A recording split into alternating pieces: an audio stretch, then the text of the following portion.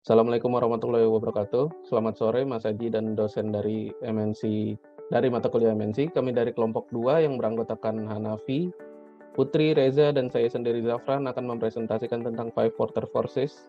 Perusahaan kami yaitu perusahaan Honda, yaitu perusahaan dari Jepang yang bergerak di bidang otomotif mobil.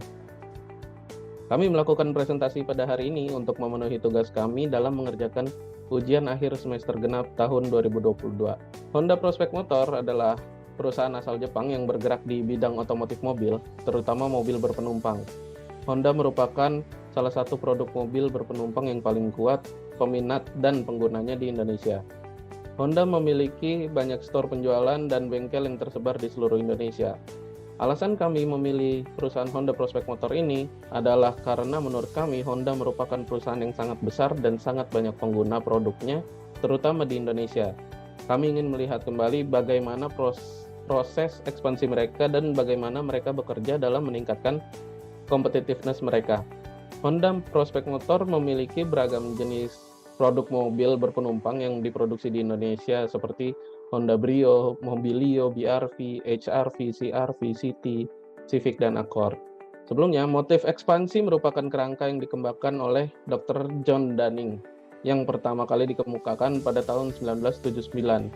Motif ekspansi menegaskan keberadaan MNC untuk terus mengaktualisasikan dan mengembangkan perusahaan.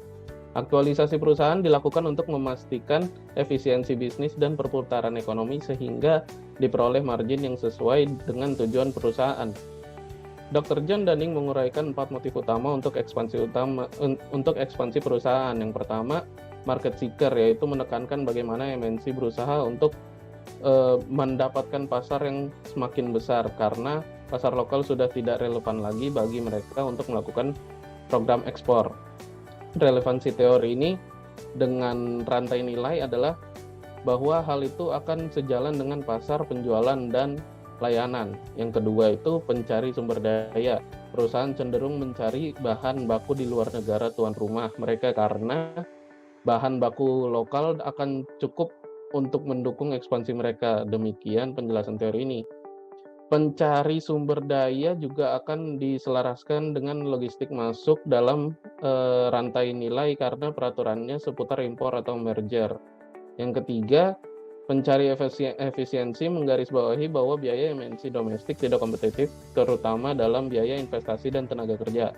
Dan yang keempat, terakhir, kemitraan strategis sebagai langkah progresif dalam memastikan keberlanjutan perusahaan melalui skema kerjasama. Yang pertama ada the Five Porter Forces. Yang pertama ini ada trade of new entrants, yaitu adalah ketika adanya perusahaan baru maupun lama yang masuk ke dalam suatu pasar yang dapat menjatuhkan atau menghilangkan eksistensi dari suatu perusahaan lama. Ketika kompetitor baru datang ke dalam suatu pasar mobil dengan menghadirkan produk mobil yang dapat bersaing namun dengan harga yang lebih murah ataupun dengan menciptakan suatu inovasi baru dalam produknya yang dapat mengancam perusahaan Honda. Dalam kasus di home country Honda yaitu di Jepang ada Nissan. Walaupun Nissan ini merupakan perusahaan yang sudah cukup lama bergerak di bidang otomotif mobil, dia merupakan pendatang baru dalam sebuah pasar mobil yang dapat menjadi pesaing untuk Honda. Karena Nissan menciptakan mobil-mobil kecil yang lebih murah dan target pasar mereka adalah masyarakat kelas menengah ke bawah. Nissan juga berinovasi dengan menciptakan dan memproduksi mobil dengan teknologi terdepan pada saat ini, yaitu dengan teknologi listrik, sedangkan Honda hingga saat ini belum menciptakan dan memproduksi mobil listrik. Dalam kasus di host country yaitu Indonesia, ada pendatang baru yang dapat menyaingi Honda, yaitu salah satunya adalah Wuling. Wuling sendiri merupakan perusahaan mobil yang berasal dari Cina. Wuling pada saat ini berani mengeluarkan produk mobil yang memiliki fitur yang kurang lebih sama, bahkan hingga lebih daripada Honda, tapi dengan harga yang jauh lebih kecil dibandingkan produk-produk mobil Honda sekelasnya. Yang kedua itu ada trade of substitutes, yaitu barang dan jasa yang dapat menggantikan keberadaan produk suatu perusahaan. Semakin beragamnya barang dan jasa, maka terciptanya produk pengganti juga mempengaruhi pendapatan bagi suatu perusahaan. Hal ini berkaitan dengan apakah konsumen memiliki pilihan terhadap produk yang ada di negara tersebut. Barang dan jasa yang mendapatkan kehadiran dari produk mobil Honda ini untuk di home country-nya mereka yaitu Jepang, yaitu ada Shinkansen, yaitu kereta cepat yang banyak diminati oleh penduduk Jepang. Sedangkan di Indonesia sekarang mulai ada MRT dan LRT yang banyak, yang lebih mudah diakses dan lebih murah juga. Mode transportasi yang jauh lebih murah dan dapat lebih mudah dijangkau oleh semua masyarakat yang menggunakan transportasi umum. Yang ketiga ada bargaining power of buyers, yaitu kemampuan konsumen untuk mengontrol harga suatu barang di pasar. Pembeli berperan dalam menekan harga serta memberikan penawaran dalam hal peningkatan kualitas atau pelayanan yang lebih dan membuat pesaing saling bersaing. Kemampuan Honda dalam menarik konsumen adalah dengan menyediakan bengkel resmi yang tersebar di seluruh wilayah, sehingga konsumen dapat dengan mudah membeli dan memperbaiki produk mobil Honda, serta juga dengan menjual spare part yang terjamin kualitas dan daya tahannya. Honda juga ada dengan cepat berinovasi dengan membuat produk baru dan teknologi yang baru, sehingga dapat menarik pelanggan dengan memberikan diskon-diskon besar untuk produk-produk mobil lama Honda. Nah, sedangkan untuk Toyota, kemampuan Toyota dalam menarik konsumen adalah dengan memproduksi mobil yang bersaing dengan Honda di setiap kelasnya, namun dengan harga yang sedikit di bawah produk Honda, serta Toyota juga menjual spare part mereka dengan harga yang lebih murah dibanding Honda, dan juga spare part Toyota ini dapat dibeli secara retail atau ecer, tidak seperti Honda yang menjual spare part mereka untuk satu paket untuk satu keseluruhan. Oke, dari bargaining powers of suppliers, yaitu sebuah kemampuan pemasok untuk menekan perusahaan dengan menaikkan harga, menurunkan kualitas, atau mengurangi ketersediaan produk, yang mana hal ini dapat mempengaruhi oleh hubungan antara perusahaan dengan pemasoknya. Namun, daya tawar pemasok terhadap Honda tergolong rendah, dan Honda dan pemasoknya menjaga hubungan yang cukup baik yang menyebabkan pemasoknya tidak mencari pelanggan lain. Pemasok Honda di berbagai negara tersebar di Brazil, Meksiko, China, dan juga Argentina. Di sisi lain, produk Toyota mempengaruhi kekuatan pemasok menjadi lebih lemah.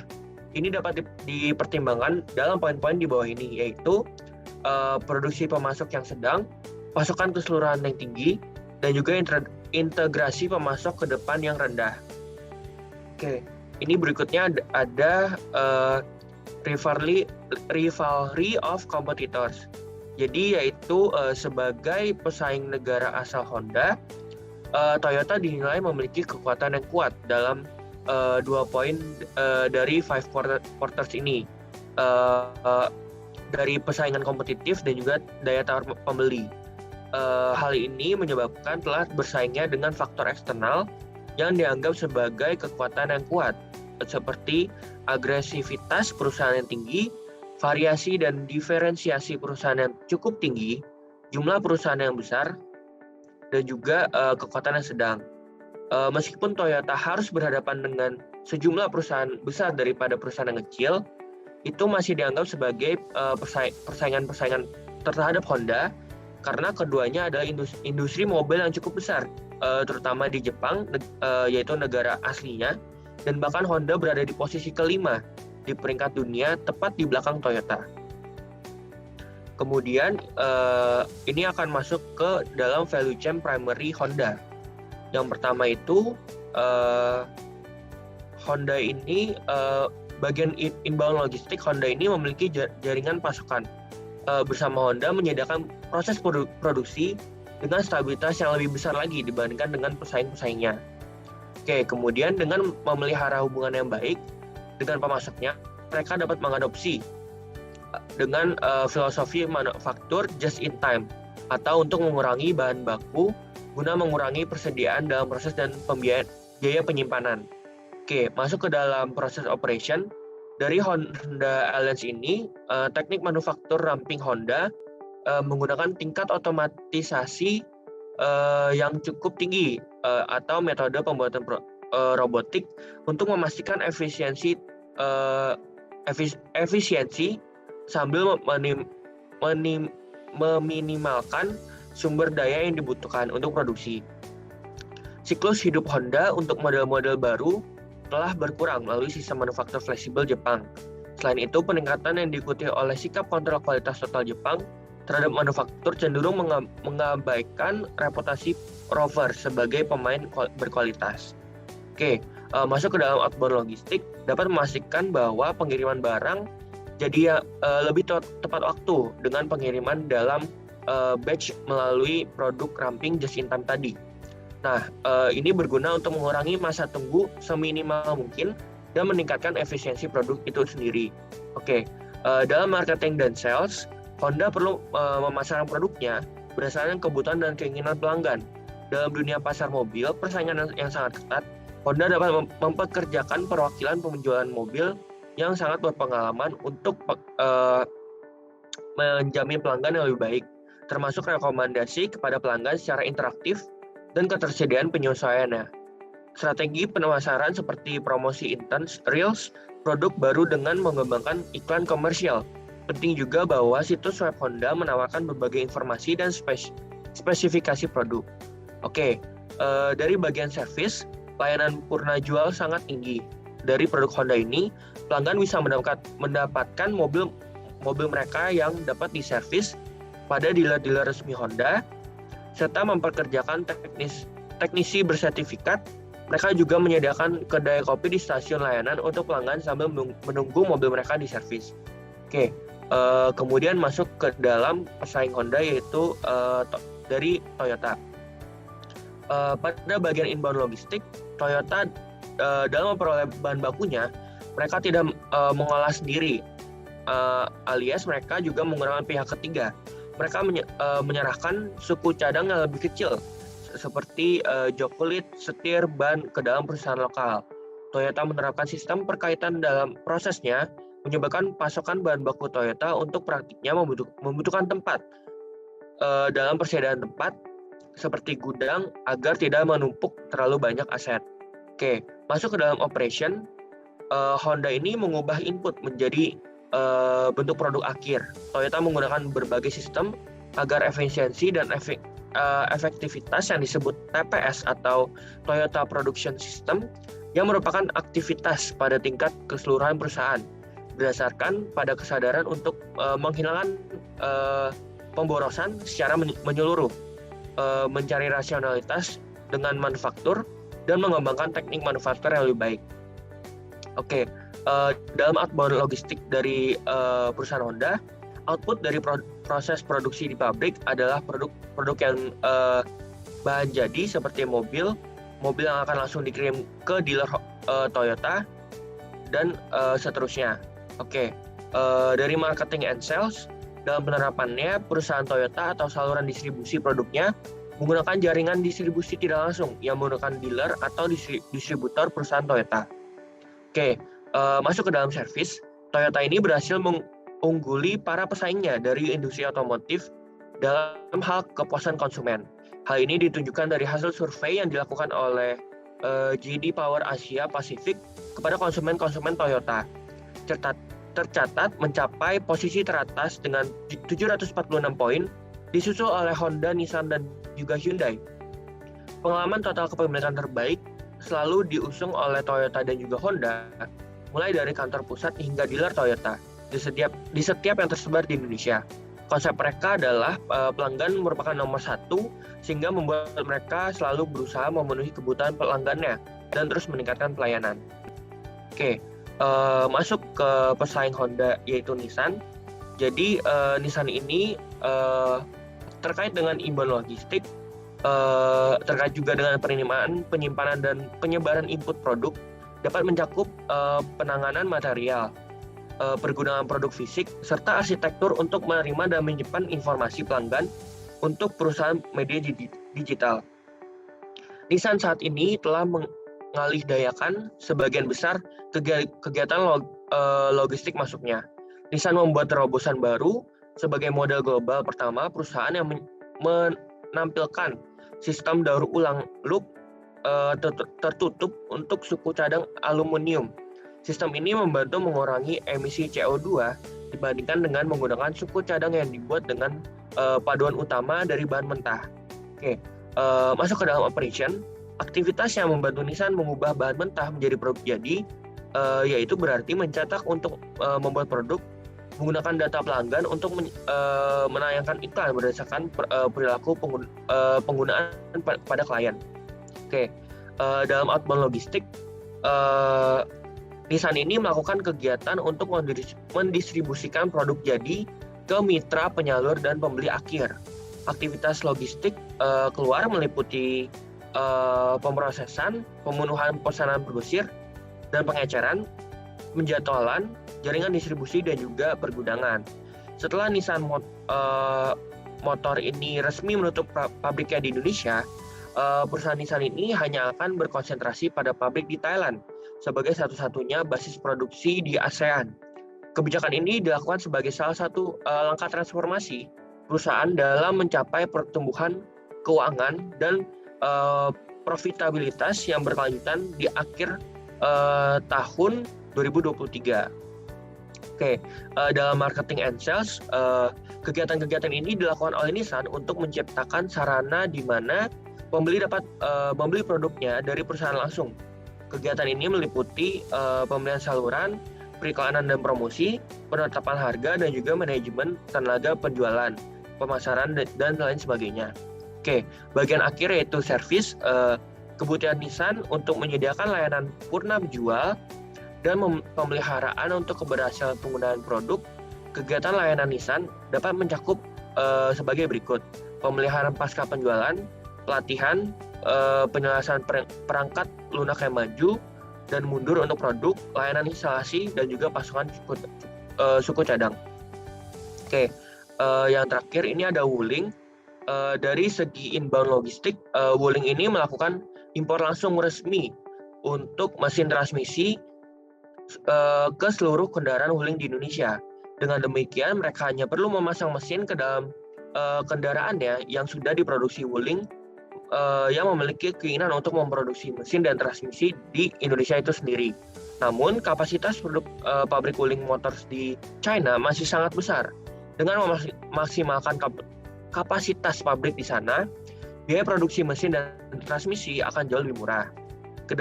Masuk ke dalam bagian operation, ada 4 tahapan dalam proses produksi mobil ini di pabrik Wuling. Keempatnya itu adalah press shop, body shop, paint shop, and general assembly. Oke, dalam outbound logistik, Wuling Motors saat ini sedang membangun jaringannya kepada penjual dan layanan di seluruh tanah air. Sebanyak 50 titik penjualan dan servis akan siap melayani pelanggan pada tahun 2017 awal. Wuling Motors ini memulai pembangunan pabriknya dan supplier partnya melalui pendekatan baru pertama pada Agustus 2015. Total investasi produk Wuling Motors di Indonesia ini mencapai $700 juta USD. Oke, dalam segi marketing and sales, kiprah tim Wuling Motors dalam kurun waktu kurang dari 2 tahun semakin progresif dalam menghadapi tantangan terbesarnya menguasai pasar otomotif di Indonesia dan menghapus stigma kendaraan asal China sebagai kendaraan Jepang dan Eropa. Oke, dalam bagian servis, langkah yang dilakukan Wuling dalam membangun kepercayaan adalah dengan mengutamakan kecepatan respon dalam konteks pelayanan konsumen, termasuk customer care digital. Di era digital ini, di mana setiap konsumen bebas berkomentar, berespon, memiliki respon cepat adalah kebutuhan dan tuntutan dari Wuling. Ada sedikit tambahan untuk perusahaan dari Honda itu sendiri. Jadi Honda ini memang memiliki reputasi yang luar biasa ya dalam praktik dan suku cadang bangunan yang berkualitas. Dan ini bukan hal yang memang sangat pantas gitu.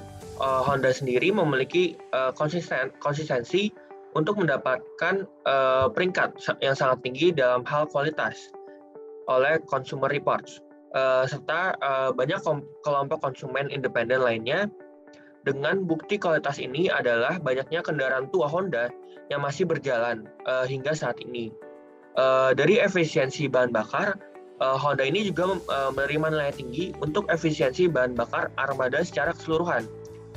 Sebagian besar merupakan produk Honda yang menjamin pemimpin industri ke dalam model efisiensi bahan bakar tinggi yang mendorongnya menjadi populer. Selama harga bahan bakar tinggi, dari model Honda CRX HF adalah salah satu mobil pertama yang dijual berdasarkan jarak tempuh bahan bakar yang sangat kikir.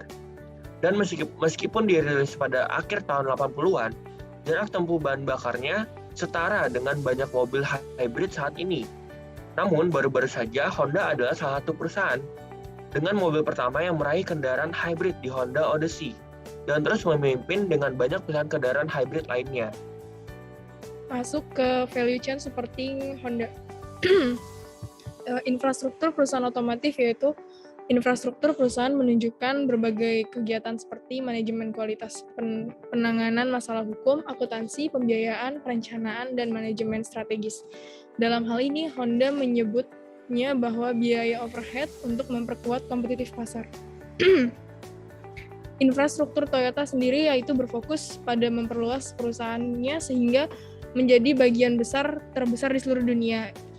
Sedangkan sumber daya manusia di perusahaan Honda yaitu berkaitan dengan human capital atau bisa disebut dengan sumber daya manusia. Kegiatan ini merupakan kegiatan yang terlibat dalam merekrut pekerjaan, pelatihan, pengembangan, dan kompensasi dari semua jenis personil. Di sini Toyota mempertahankan keefektivitasan karyawannya. Dari segi teknologi, Honda di sini di era modern teknologi maju, hampir semua kegiatan rantai nilai bergantung pada dukungan teknologi, integrasi teknologi dalam kegiatan produksi, distribusi, pemasaran, dan sumber daya manusia. Jadi Honda di sini menggunakan teknologinya, sangat-sangat menggunakan teknologinya gitu.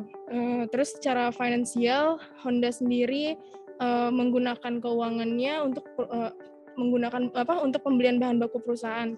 Tidak hanya itu, perusahaan juga menggunakan biaya untuk keperluan kantor, termasuk gaji karyawan. Next, untuk infrastrukturnya, Toyota sendiri yaitu berfokus pada memperluas perusahaannya sehingga menjadi bagian pasar terbesar di seluruh dunia. Untuk sumber daya manusianya, sama dengan Honda, Toyota juga mempertahankan keefektivitasan karyawannya. Jadi dalam merekrut itu mereka juga mempertimbangkan gitu loh. Jadi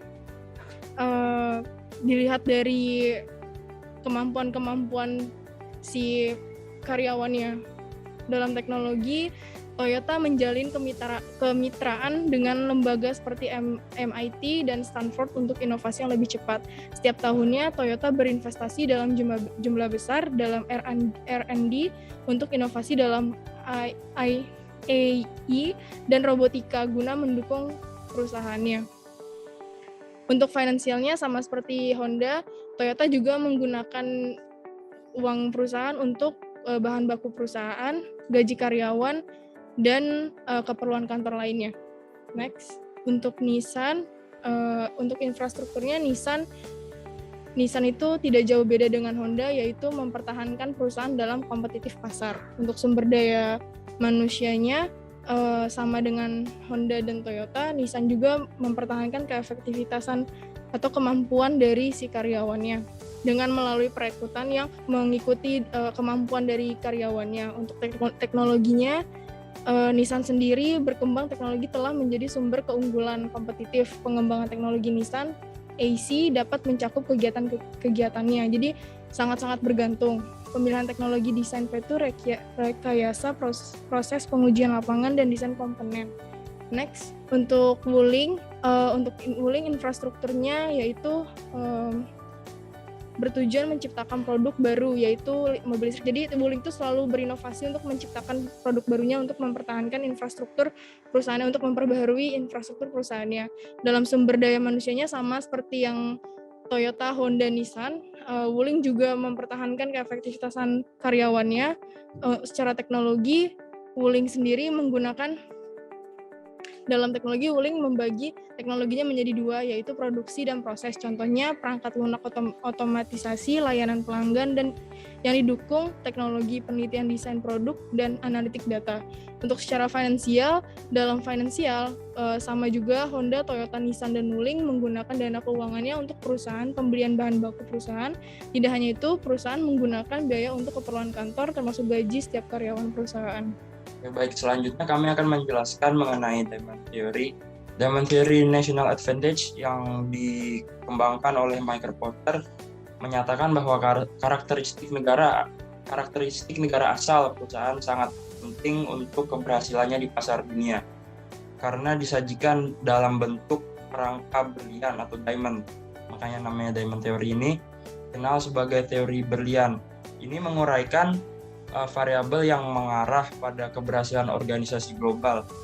Cerminan keunggulan nasional merupakan unsur-unsur yang menentukan apakah suatu negara memiliki keunggulan bersaing atau tidak, termasuk sumber daya yang dibutuhkan untuk memproduksi barang dan jasa tersebut. Sumber daya alam dan tenaga kerja merupakan aspek dasar dalam menjalankan korporasi, dan faktor lanjutan termasuk infrastruktur seperti jaringan komunikasi. Dan selanjutnya faktor conditions. Sekitar setengah dari penduduk Indonesia, kurang lebih 150 juta populasi, orang di bawah usia 30 tahun secara teoritis produktif dan menjadi peran dominan sebagai mesin perekonomian nasional.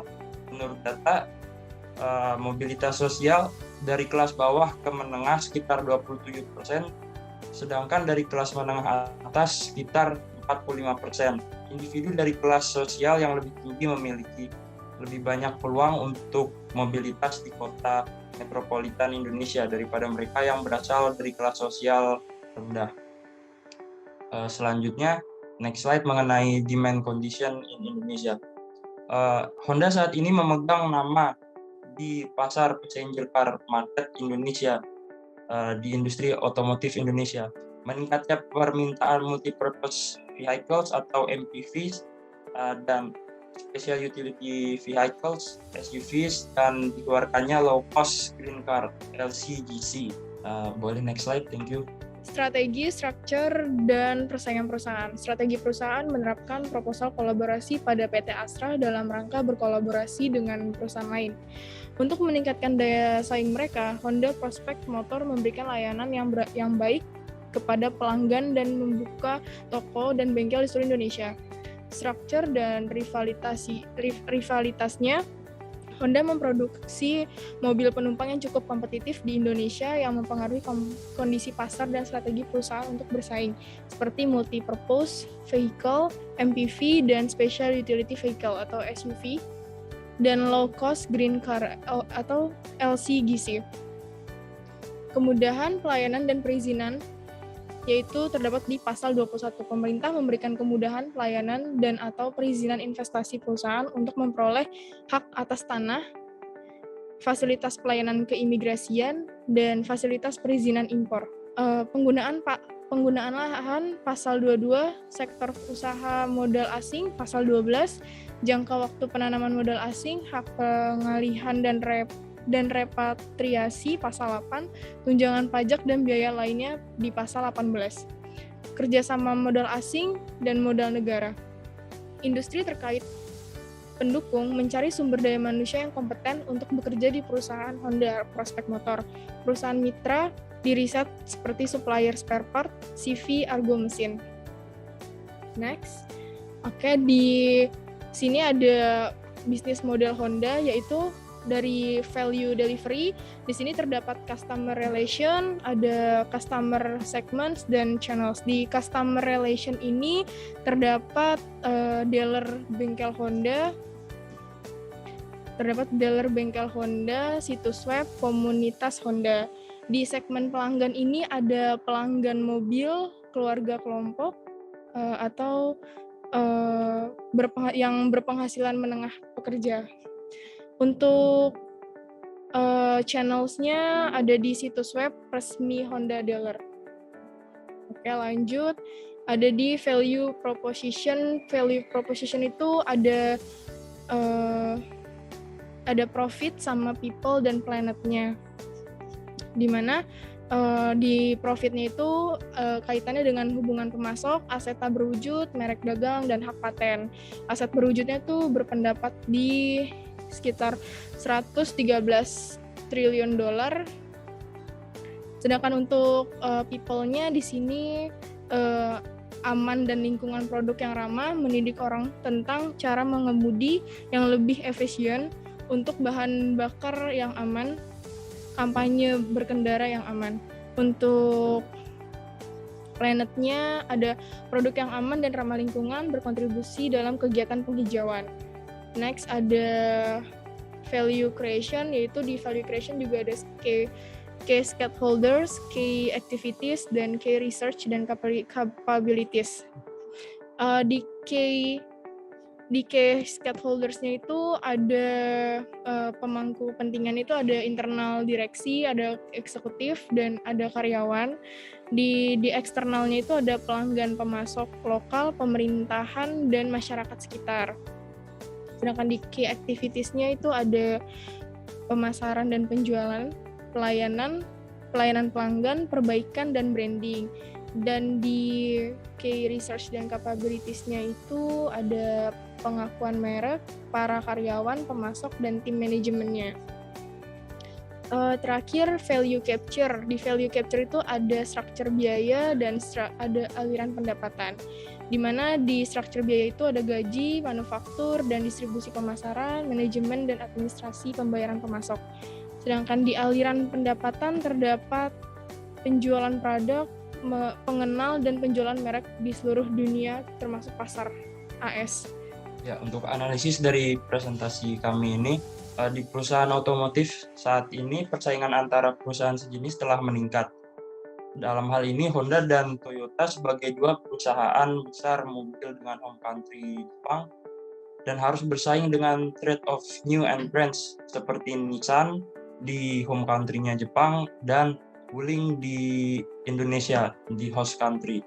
Hasil dari analisis terlihat bahwa Toyota akan lebih rentan terhadap persaingan dibandingkan Toyota seperti yang dicantumkan dalam value chain Toyota yang masih harus mengatasi inbound logistiknya agar terhindar dari pengambilan aset yang terlalu banyak.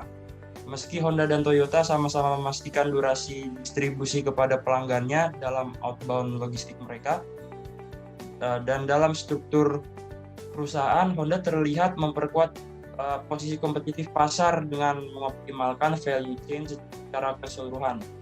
Demikian hasil presentasi tugas ujian akhir semester kami dari kelompok 2 Honda mengucapkan terima kasih.